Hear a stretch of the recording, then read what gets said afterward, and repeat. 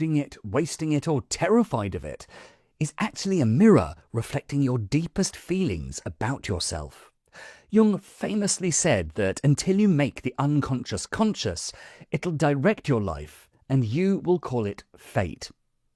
This is why you might keep hitting the same financial walls, make the same financial mistakes, and blame it on bad luck or a bad economy. It feels like an invisible force is sabotaging your progress, making sure you stay stuck in the same spot no matter how hard you work. So in this video, we're going to explore how to identify these patterns and heal your relationship with money, all from the philosophy of Carl Jung. Number 1. See money as your life energy. Jung used a specific word for the energy that drives us: libido. He saw libido as universal psychic energy, the raw power behind your creativity, your work, and your desire to get out of bed in the morning. In our modern world, money is the physical symbol of that libido. It's the raw psychic life energy you use to create, trade, and engage with the world. When you work, you're not just earning money, you're turning your time and energy from your life into something you can spend. When you spend money, you're releasing that energy back into the world. It's a constant rhythmic cycle of giving and receiving. A scarcity mindset happens when that cycle gets stuck.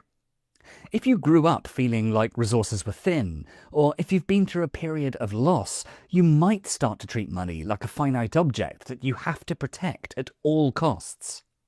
Jung would call this a construction of your psychic energy. Imagine your energies like the hand. When you're relaxed and open, you can pick things up, move them around, and create. But when you're terrified of losing what you have, you clench your hand into a tight, white-knuckled fist.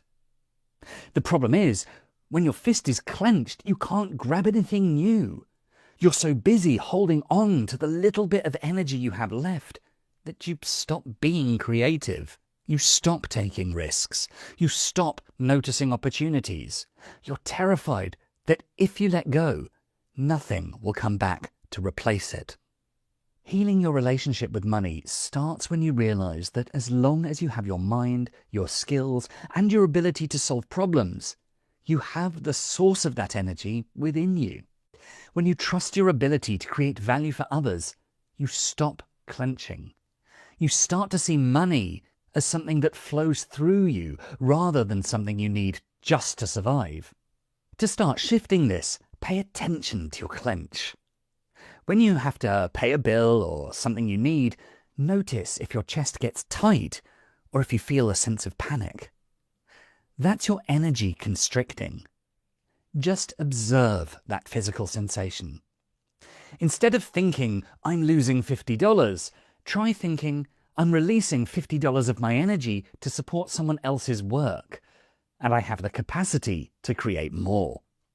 And finally, look at one thing you're good at, something that people thank you for, and remind yourself, this is my real wealth. This is the energy that creates the money. Number 2. Identify your financial shadow. Jung divided the human psyche into 2 main parts. First is the conscious mind, meaning everything you're currently aware of, like your plans, your logic, and your goals. The second is the unconscious mind, which is the vast hidden part of you that holds beliefs and patterns you aren't even aware exist. Shadow is that specific part of this unconscious where we store the parts of ourselves we've pushed away, like our deepest fears, our sense of unworthiness, or even a hidden fear of success.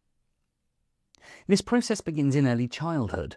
As you grow up, your family, your culture, and your peers taught you which behaviours were acceptable and which were unacceptable. For example, if you were told that being vulnerable was weak, you repressed your sensitivity. These traits don't simply disappear when you ignore them. They remain active in your unconscious mind and secretly pull your strings. Similarly, we all have the financial shadow, the hidden traits we hold regarding money and success. When you were a kid and you were conditioned to believe that financial success is linked to negative character traits, such as greed, corruption, or a lack of spirituality, your conscious mind will experience a fundamental conflict. While you may logically want to increase your income or achieve financial stability, your unconscious mind views that success as a threat to your identity as a good person. Because your unconscious mind is trying to protect you from becoming the bad person that you associate with wealth, it will influence you to make choices that maintain your current state of scarcity. This is why you might experience a lack of motivation when pursuing profitable work, or why you might feel an impulse to spend money as soon as you earn it. You aren't failing because of a lack of skill. You're acting out of a hidden psychological requirement to stay poor but virtuous. The most practical way to notice your financial shadow is through projection. You can't see these hidden parts of yourself directly, so your mind places them onto other people. If you feel judgment towards a wealthy person or irritation when someone spends freely, that reaction is pointing you back to something in you. It usually means the other person is showing a trait like ambition, desire, or confidence that you've told yourself you shouldn't have. To heal, stop treating these traits as bad and start seeing them as useful qualities you've been holding back from yourself. To begin, pinpoint a specific person whose wealth or financial behavior irritates you. List the exact traits you find repulsive in them. For example, they're selfish, they're arrogant, or they're materialistic. Look at that list and ask yourself, in what ways have I overcorrected to avoid being like this? For example, if you hate selfishness, you may find that you're incapable of setting healthy financial boundaries or asking for a fair market rate for your work. Honestly answer this very important question. What's the worst thing my friends or family would think of me if I became highly successful? This answer is usually the main thing keeping you stuck financially. It's the fear of what you'll lose if you actually become wealthy, like your reputation or your good person status. Once you spot these patterns, you start making actual conscious decisions about how you handle money. Number 3. Confront the money complex.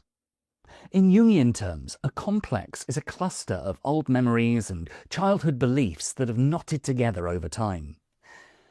When something happens in your financial life today, like a drop in income or a large bill, this knot gets hit, and it takes over your brain. You stop responding logically and start reacting with old fear or shame from childhood. Most of these knots were tied during your childhood by watching how your parents handled resources. You didn't just learn how to budget, you absorbed their psychic inheritance. If your parents always worried about money, your subconscious learned that money equals anxiety. If they viewed wealthy people as evil, your mind now views financial success as a threat to your character. This creates a hidden sense of family loyalty. Deep down, you might feel that becoming wealthier than your parents is a form of betrayal, or that it will alienate you from your tribe. To stay safe and belong, your subconscious keeps you following a silent old contract to stay exactly where your family is. This complex also causes you to project your childhood needs onto the world. You might treat the market, the government, or your clients as if they were a parental figure. If you had a punishing father, you might see the economy as a cold, judgmental force that's waiting to catch you making a mistake. If you had an unpredictable mother, you might see money as something that nurtures you one day and abandons you the next. You spend your life waiting for the system to give you permission to succeed, much like a child waits for a parent's approval. To heal this, you have to practice disidentification.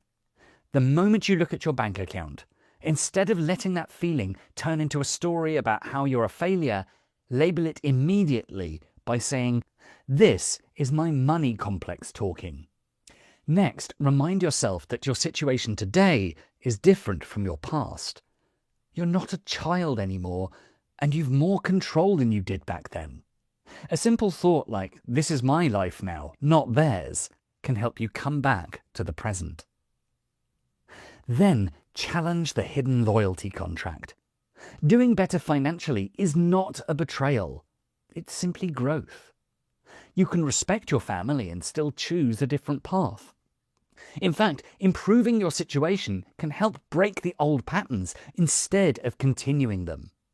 It also helps you take back your sense of control. The market, your job, or the system aren't like parents. They're just neutral systems. Try to see them as things you can learn and work with, not things that judge or control you. This shift alone can ease a lot of fear. Finally, focus on action instead of reaction. When you feel triggered, don't wait to be perfect. Just take one small, steady step, like checking your account, sending a message, or making a simple plan. Each time you do this, you slowly break the old pattern and build a more stable way of responding. Number 4. Find your archetypes. Jung describes archetype as a universal pattern. While your complex is your personal story, like the way your heart races when you see a bill because you saw your parents struggle, archetype, on the other hand, is the psychological blueprint that exists in every human being, regardless of where or when they were born. These are universal roles, like the hero, the caretaker, or the ruler, that humans have been playing out for thousands of years, and most of our financial struggles come from being possessed by one of these roles without even realizing it. The most common role is the pauper. When the pauper is in charge, you feel like a victim of the economy, your boss, or your upbringing. You're convinced that wealth is a zero-sum game, meaning if someone else gets a big slice of the pie, there's automatically less for you. Because the pauper believes that resources are always running out, they focus entirely on short-term survival, waiting for a stroke of luck to change their lives. In this state, no amount of money feels like enough because the scarcity is in your identity, not in your bank account. On the other side is the miser. While the pauper fears not having money, the miser is terrified of losing it.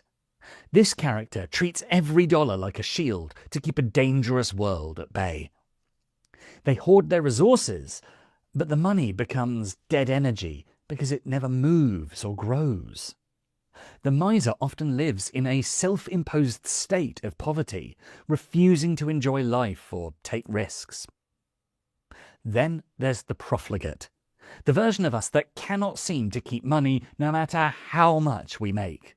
For this character, having a high bank balance feels heavy or even dangerous, and they impulsively spend to buy a temporary rush of power today rather than build security for tomorrow, just to outrun a deep internal feeling of not being enough. Then we have the martyr, who believes that being broke is proof of their goodness.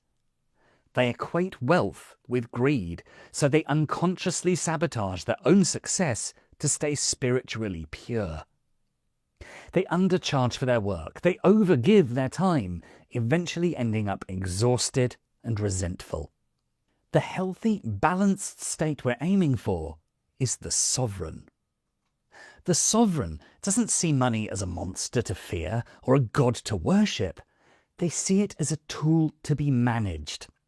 They understand that real value is generated from within, through their skills, their discipline, and their character. A sovereign knows when to save to create security, but they also know when to release money to create more value. The first step to being a sovereign is purely about noticing.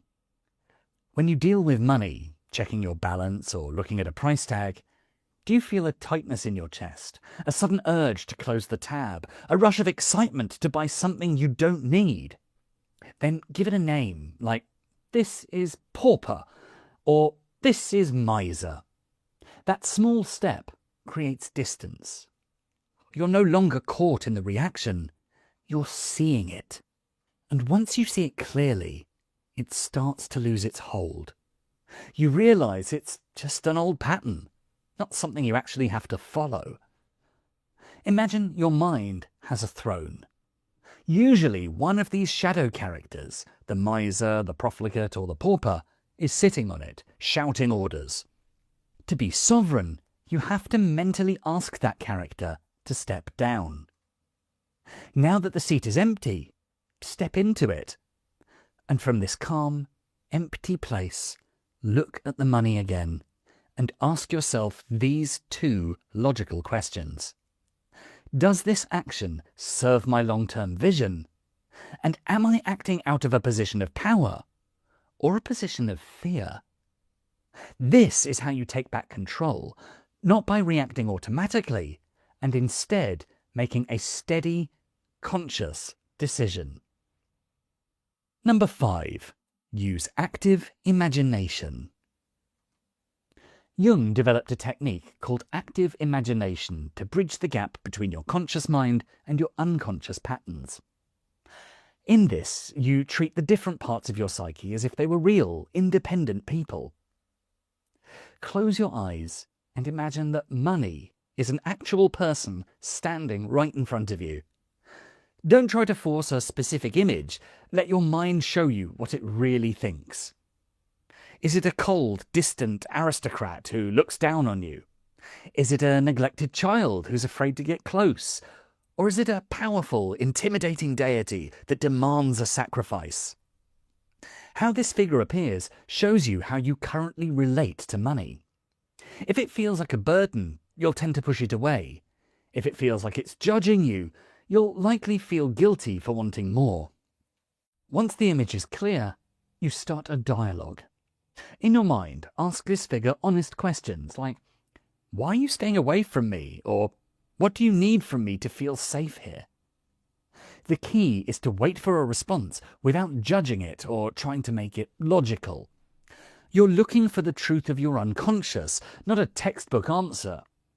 You might hear something surprising, like, I'm afraid if I come closer, you'll lose your soul. When you listen for the answer, you often uncover a hidden contract you made with yourself long ago. This might be an agreement to stay poor to remain pure, or a belief that having money means you'll be lonely. These contracts act like invisible walls that stop your progress no matter how hard you work. And by bringing these hidden agreements into the light of your conscious mind, you can move from feeling scared of money and avoiding it to dealing with it in a practical, healthy way where it doesn't control you. Number 6. Withdrawing your projections. Towards the end of his life, Jung became interested in alchemy, not to turn metal into gold. He was looking for a symbol for the human soul. He called this the philosopher's gold, a representation of the self, that indestructible part of you that stays valuable regardless of what happens in the outside world. The mistake many of us make today is projecting this gold onto our bank accounts. We look at a digital screen to tell us who we are. When the balance is high, we feel powerful like a king. And when it's low, we feel ashamed. By doing this, we give a piece of paper a job it was never meant to do, protecting our right to exist. Jung's point was simple. If you link who you are to your external environment, you're never going to be at peace. When the market dips or your income drops, it doesn't just feel like a practical setback, it feels like a personal failure. And when you feel that way, it's hard to think clearly or make good decisions. Withdrawing the projection is about recognizing that your gold, that is your skills, your character and your potential, is a fixed internal fact. It stays exactly the same whether you have $1 or $1 million. This doesn't mean you stop caring about money. It just means you stop letting it judge you. When you stop looking at your bank account as a reflection of your soul, things become clearer. You can start treating money as what it is, a tool. You stop reacting with fear and start acting with strategy. You still watch the numbers, but you no longer let them decide if you're allowed to feel like a worthy human being today. And that's our video. What did you think? Will Carl Jung's teachings change your approach to money? Is there anything you think he may have gotten wrong? Let's get into it in the comments below. And until then, I've been Dan, you've been awesome, and if you enjoyed what you saw or found it helpful, why not check out our full Philosophies for Life playlist? And for more videos to help you find success and happiness using beautiful philosophical wisdom, don't forget to subscribe. Thanks so much for watching.